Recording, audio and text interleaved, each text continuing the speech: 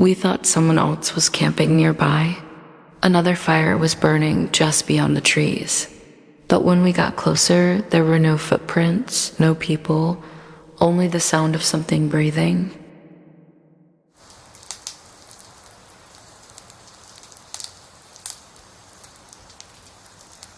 The woods were calm that night, the kind of calm that hums quietly beneath your skin. The air was crisp, carrying the scent of pine and distant rain. Our small group of friends, Mia, Jack, Oliver, and I, had hiked for hours before settling at a clearing by the lake. The water shimmered faintly beneath the moonlight, and our campfire crackled with a golden glow that made the shadows dance like they were alive. It was supposed to be a quiet weekend away from everything. No phones, no work, no noise. Just nature and the soft rhythm of our own breathing got as the night deepened. We laughed about old memories, roasted marshmallows, and watched the fire shrink into gentle embers. The forest around us was a black wall, dense and endless, broken only by the reflection of stars on the lake's surface. There was comfort in that darkness, or so we thought, somewhere between the laughter and the silence that followed.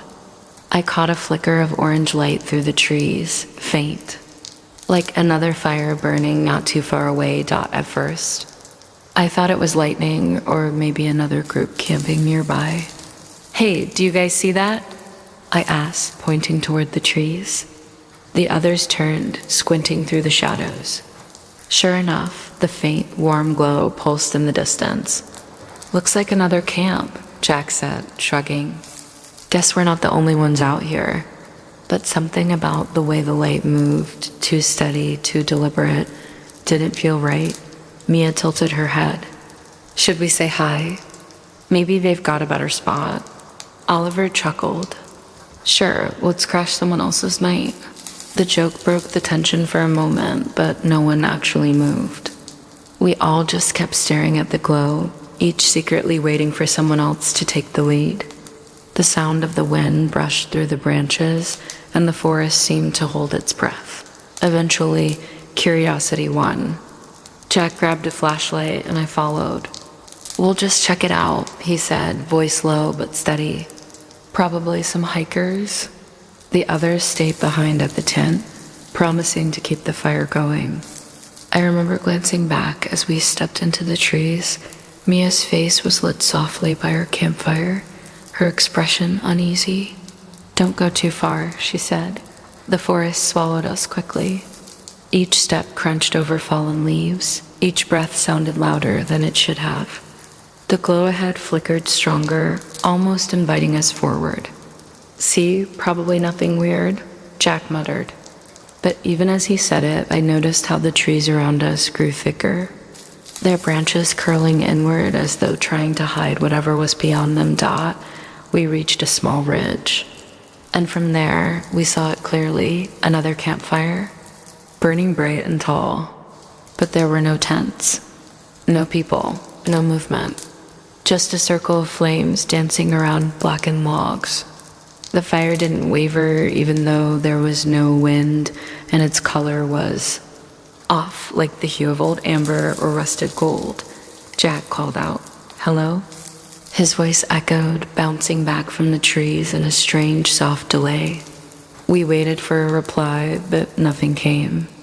Only the sound of crackling fire, too crisp for something that had no one tending it. I felt a chill crawl up my neck. Maybe they went to get water? I said, though I didn't believe it. There were no signs of footsteps, no supplies, no tracks in the dirt. As we stood there, the fire seemed to pulse just once, as if it heard us. Jack took a cautious step back. "Let's head back," he said quickly. I didn't argue. The walk back to our camp felt longer, quieter, as though the forest itself was listening to our retreat. When we finally reached our clearing again, our own fire had dimmed to a whisper of smoke. Mia looked up and asked, "What did you see?" Jack opened his mouth to answer, but stopped. For just a second, the glow from the other fire flickered again through the trees, closer this time. When I woke the next morning, The sun was already high, filtering through the tall pines and shimmering gold. The campfire had gone cold, a soft spiral of ash where warmth had been. Jack sat near the lake, his face pale and thoughtful, skipping stones into the still water. The others were still asleep, bundled in their sleeping bags. For a moment, everything looked perfectly normal. The birds sang, the water glimmered, and the forest breathed with life again. I almost convinced myself the night before had been a trick of tired eyes, until Jack turned to me and said quietly that fire was still burning when I woke up.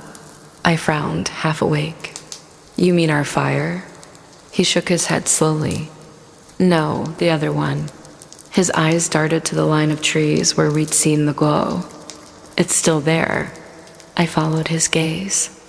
Through the branches where the forest began to thicken again, a faint glimmer of orange shimmered, weaker now in daylight, but still undeniably there. It wasn't possible. No one else had arrived. The dirt trail we'd taken yesterday remained untouched. "Maybe someone came early," I suggested. "Like hikers setting up?" But Jack didn't respond. His expression was distant, as if listening for something else entirely. When Mia and Oliver woke, we told them what we'd seen. Mia frowned, brushing hair from her face. "So, what?" "It's just another campfire." "Why are you both acting like it's haunted?" Oliver laughed, though his laugh felt hollow in the open air. "Maybe it's the ranger station signal or something." We all wanted to believe that. It was the kind of explanation that made sense, and sense was comfort. So we decided not to talk about it anymore, at least not until the sun went down again. The day passed quietly. We went hiking, gathered more firewood, and took turns swimming in the lake. But even in the sunlight, I couldn't shake the feeling of being watched. The forest felt too still. Every now and then, I'd catch the flicker of movement between the trees, not animals, not shadows, but something slower, like the air itself was bending. When I mentioned it to Jack, he just said, "Don't look too long." It feels like it looks back. That night, as the sun dipped behind the trees, we gathered again by our fire. The forest darkened into deep blue, then black. We told stories to keep our nerves light, ghost tales, old legends, anything that felt safely fictional. The warmth of the fire made it easier to laugh. But when Oliver glanced up and said softly, "Hey, is that still there?" the laughter died. We turned toward the woods. And yes, beyond the trunks, deeper in the forest, the second campfire burned again. Its light didn't flicker like ours. It glowed steadily, unnaturally steady, like it was breathing in slow rhythm. The same color as before, gold, almost metallic. The same eerie stillness around it.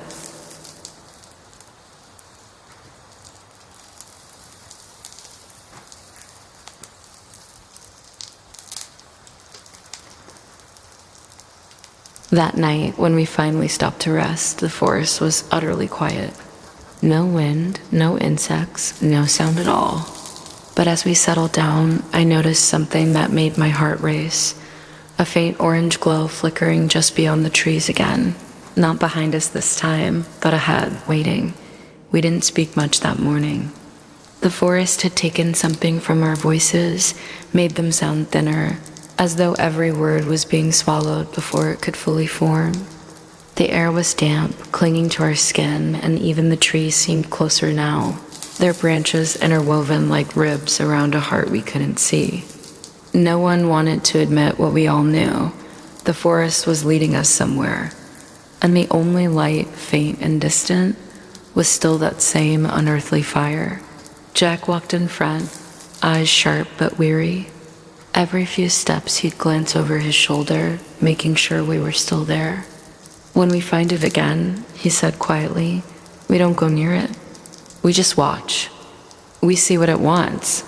His tone was steady, but his hands trembled slightly around the flashlight. Mia nodded, clutching her jacket tighter.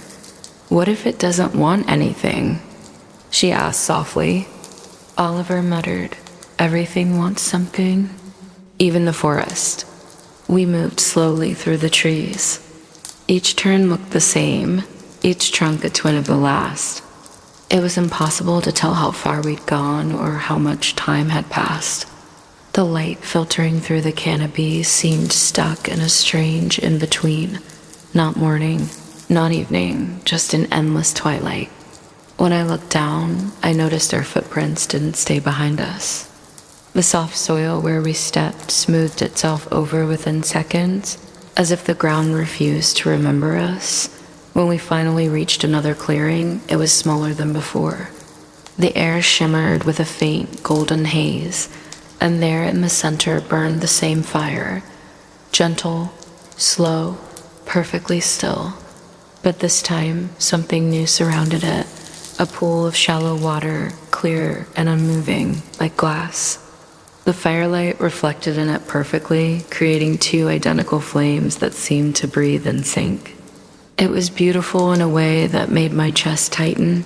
Jack crouched near the edge of the pool, careful not to step too close. "It's not just light," he whispered. "Look, the reflection isn't right." We leaned closer. He was right. The reflection showed us standing by the fire, but not exactly as we were. Our mirrored selves didn't move the same way. Mia's reflection tilted her head a second later than she did. Oliver's reflection blinked when he hadn't, and mine smiled. Slowly, I stumbled back, my pulse quickening. "It's copying us again," I said, my voice barely a whisper. The forest seemed to hum in response, a deep, low vibration that rippled through the ground. Jack stood up, his jaw tight. "We leave now." But even as he said it, the reflection of him in the water stayed perfectly still. Watching, we turned to go, but the path behind us had changed again. Where we had come from now stood a wall of trees, tightly packed and endless. The only open way forward was past the pool and the strange mirrored fire. The air felt heavier now, pressing on our chests. "It's guiding us," Mia whispered, her eyes wide. "It wants us to cross." Oliver threw a small stone into the water. It didn't sink. Instead, it floated, then slowly disappeared, not downward but inward, as if pulled into the reflection itself. The ripples it made shimmered with orange light, and for a moment, I thought I saw faces beneath the surface, our faces, watching from below. The decision wasn't spoken aloud, but we all felt it. We stepped carefully around the edge of the pool, staying as far from the fire as we could. I didn't dare look down again, but I could feel the reflection moving differently beneath me, matching my steps with deliberate delay. When we reached the other side, the forest opened slightly, revealing a new path, narrow, winding and lined with pale, glowing moss dot behind us. The fire burned brighter for a brief second, as if acknowledging our choice. The forest sighed again, long and low, and somewhere in the distance, faint laughter drifted through the trees, not mocking this time, but almost relieved. We didn't look back. That night, when we stopped to rest beneath a wide pine, none of us could sleep. The air was too still, the quiet too deep. And just before dawn, I woke to see faint light flickering against the trunks ahead. Another fire, not gold this time, but soft white, pulsing like a heartbeat. And reflected faintly on the bark of the trees were 4 shadows. Sitting perfectly still around it, dawn arrived without sound. The light didn't spread like morning should, it simply appeared, soft and colorless, turning the forest into a place without time. Dew clung to the leaves like beads of glass, and every drop reflected the faint glow that still lingered from the white fire we'd seen in the night. None of us spoke as we packed what little we had left. It was the first time I noticed how tired everyone looked, not just from lack of sleep, but as though the forest had been quietly draining. Something from us with every passing hour. Mia was the first to mention what we were all thinking. "They were sitting," she said, her voice low. "Those shadows. They weren't moving." She didn't have to explain. We all had seen them, 4 still silhouettes sitting around that white fire, in the same arrangement we always used. Jack by the edge, Oliver leaning back on his elbows, Mia across from me. The forest had shown us a version of ourselves frozen in place, waiting. Jack kept walking ahead of us, gripping his compass like it could still mean something. "They're not real," he said flatly, though his tone lacked conviction. "Just tricks of light." Oliver gave a small laugh, but it sounded wrong, like the rhythm of someone trying to remember how to laugh. "If they're tricks, why do they know how we sit?" He murmured. "Why do they move when we don't?" 12,344. The path led us deeper into the woods, though none of us remembered choosing it. The air grew heavier, quieter. I began noticing faint details that hadn't been there before. Strands of thread tangled in the bark, a button, the corner of a torn photo pressed into the roots of a tree. Little fragments of us left behind without ever being taken. It was as if the forest was collecting everything that proved we had existed. Around midday, we reached a wide clearing. It looked almost comforting at first open, sunlit, full of wildflowers swaying in a gentle wind. But when we stepped in, the wind stopped. Every flower turned toward us, unmoving, their petals pale and still. In the center was another fire pit, unlit this time. 4 chairs surrounded it. Not ours, but exact replicas. Down to the smallest detail, the tear on Oliver's seat, the faint ink stain on mine. Jack crouched beside one of them, studying it closely. "It's like someone built this," he said softly. "Like they've been waiting for us to find it." Mia swallowed hard. "Or waiting for us to sit." We stood in silence, the weight of the thought pressing on all of us. The forest around us held perfectly still, as though listening. I tried to step back, but the sound of my movement felt too loud. Then Oliver whispered, "Do you hear that?" I strained my ears. Beneath the silence, there was something soft, rhythmic, like breathing. It wasn't coming from us. It was coming from the empty chairs. The air shimmered faintly. For a heartbeat, I saw shapes flicker in the seats, translucent, familiar. The outlines of 4 figures sitting just as we always did. One turned its head toward me, and though it had no face, I felt it watching. I blinked, and the shapes vanished, leaving only the empty chairs. "We're leaving," Jack said. His voice cracked halfway through the words. We turned and hurried from the clearing, none of us daring to look back. The forest seemed to lean closer as we passed, branches creaking softly, like whispers brushing against each other. When we finally stopped, breathless and shaking, we found ourselves by the lake again, the same lake where we had camped the first night. But something was wrong. The water was too smooth, too still. And across it, on the opposite shore, another camp mirrored ours perfectly. The same tent, the same arrangement of stones, the same fading embers of a fire. Then we saw them. 4 silhouettes moving slowly around that mirrored camp, matching our motions exactly. When Jack raised his hand, the other did too. When I stepped forward, my reflection across the water did the same. Only one difference. Their movements were slower, delayed, as though learning us one motion at a time. Mia whispered, "They're waiting for us to stop." We didn't sleep that night. The moon rose pale and thin, and on the still water, our reflection sat perfectly still around the dead fire long after we had stepped away. The forest was quiet again, as if holding its breath. The moon hung low, pale and uncertain, casting faint silver lines across the abandoned camp. Emma sat by what used to be their fire pit, the ashes now cold, the air heavy with the scent of pine and earth. She had returned one last time, though she wasn't sure why. Maybe it was to find closure, or maybe she needed to see for herself that the forest had truly gone still.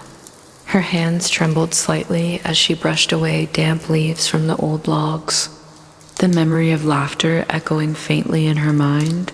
The campsite looked almost the same as before, but emptier somehow, as if the trees themselves knew something had changed. Emma placed her flashlight on a rock, its beam cutting through the dark. The spot where they had seen the second campfire still stood across the clearing, faintly visible through the trees. She could almost imagine the flames flickering there again, the sound of crackling wood, the shadows that had danced without anyone around them.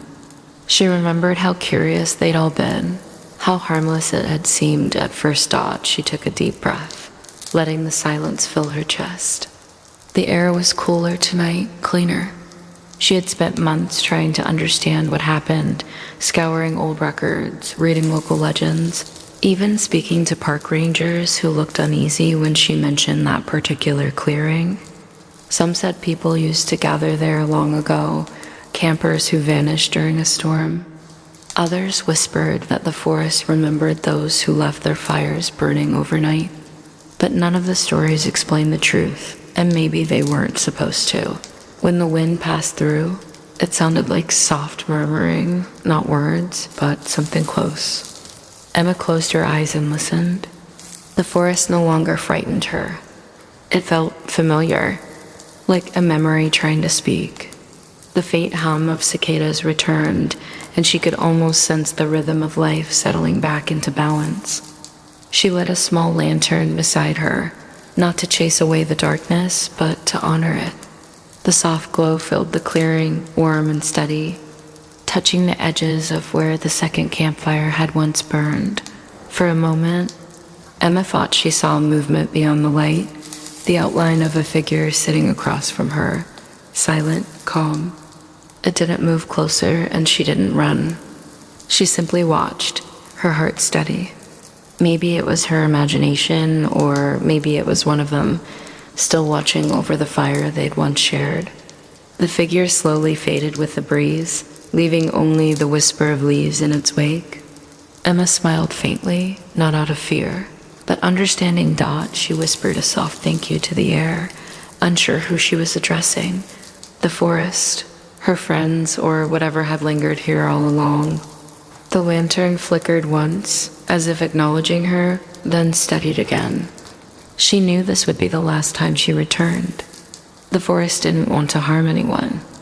It only wanted to be remembered properly. Dot, as she stood and began to pack her things, the first hint of dawn appeared on the horizon. Pale gold light brushed the treetops, pushing back the last traces of night. Emma turned for one last look at the clearing, the circle of ash, the quiet trees, the soft hum of the earth waking beneath them. It was peaceful. Whatever had haunted this place seemed finally at rest. She walked away slowly, following the faint trail that led back to the main path. Behind her, the forest seemed to breathe again, alive but calm. The lantern light dimmed till it was swallowed by daylight.